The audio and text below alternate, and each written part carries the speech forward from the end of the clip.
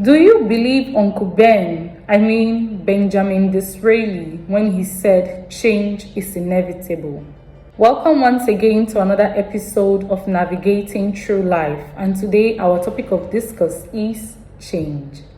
Now, as a youth, a young professional navigating through life, through careers, trying to carve a niche for yourself in this world, do you believe that change is inevitable?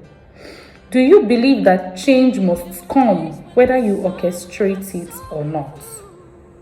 For example, there are many youths today who are in abusive relationships. You know that this boy, this girl is not good for you. You understand that this relationship is toxic, but because you do not want to be alone, because you are afraid of being termed single, you stay in that relationship. You are afraid of change. Also, as a young professional in an office, you have worked in that role for 5+ years, you earn X amount of money, you've already established a routine for your life. You are not ready to move. You are not ready to upgrade. You are comfortable, you are complacent in that role. You are afraid of moving to that new city?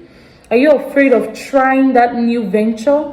Are you afraid of starting a new role, starting from scratch? Guess what? You are not alone. Almost all of us are afraid of change because, in all honesty, change is unpleasant. It is uncomfortable.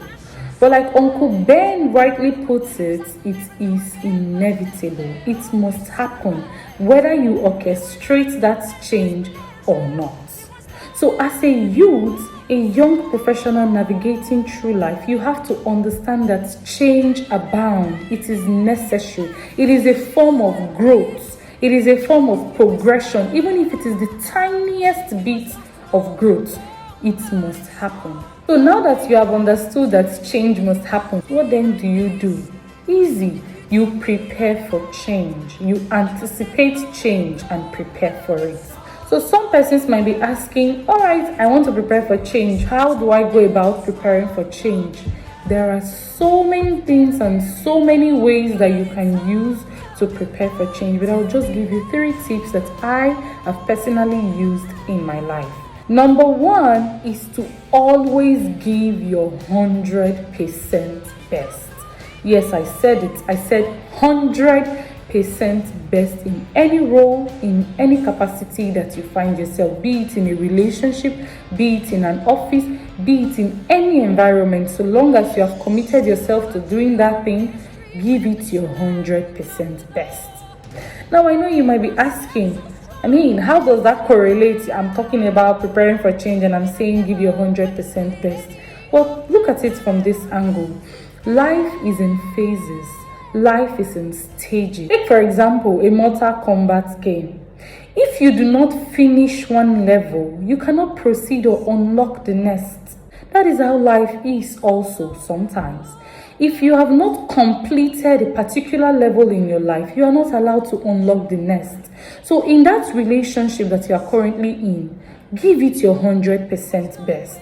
In that role that you are currently functioning at, give it your 100% best, so that when the change comes, because it is inevitable, it will come, you know that you were able to satisfy and complete all that was required of you in that phase of life. So always, at all times, in all circumstances, give your 100% best. But 2 things that I do to prepare for change is be proactive.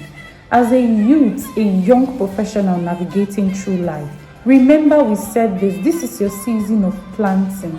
This is your season of casting your bread onto the sea. Go after the things that you want out of life. Upskill, upgrade, elevate, take courses, improve yourself, add more knowledge to yourself. Even while working, be proactive. It is an uncomfortable job. Quite all right, but this is your season of planting. This is your season of casting your bread onto the sea. Do not wait for situations to happen to you. You happen to situations. The final point I would give to you today to prepare for change is to save.